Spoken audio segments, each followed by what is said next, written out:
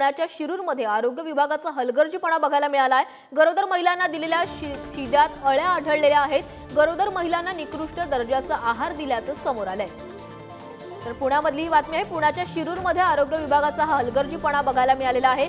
गरोदर महिलांना जो शिदा देण्यात आलेला होता त्या शिद्यामध्ये अळ्या सापडलेल्या आहेत। त्यामुळे आता गरोदर महिलांच्या जीवाशी खेळ सुरू असल्याचा आरोप केला जातोय। पुण्यामध्ये शिरूरमध्ये आरोग्य विभागाचा हा हलगर्जीपणा समोर आलेला आहे।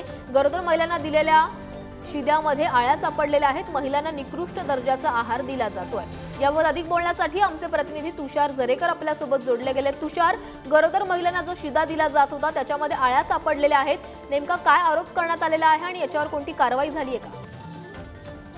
नक्कीच एकंदरीत जर आपण पाहिलं तर पुणे जिल्ह्याच्या ग्रामीण भागामध्ये गरोदर महिलांना आरोग्य विभागाकडनं जो शिदा दिला जातो त्या शिद्यामध्ये अळ्या सापडल्याचं एकंदरीत पाहायला मिळालं। हा संपूर्ण जो प्रकार आहे तो शिरूर तालुक्यामध्ये घडला असून एकंदरीत महाराष्ट्र शासनाकडून हा संपूर्ण जो शिदा आहे तो दिला जातो। मात्र गेल्या काही दिवसांपासून हा शिदा निकृष्ट दर्जाचा येत असल्याचं नेहमीच या महिलांकडनं आरोप केले जात होते। आता अखेर या जो शिदा दिलाय त्या शिद्यामध्येच खरं तर अळ्या सापडून आलेले एकंदरीत खळबळ उडाल्याचं पाहायला मिळते। आता आरोग्य विभाग कशा पद्धतीने हा जो शिदा पुरवतोय त्या कंपनीवरती कशा पद्धतीने कारवाई करतंय हे पाहणं खरं तर महत्त्वाचं ठरणार आहे।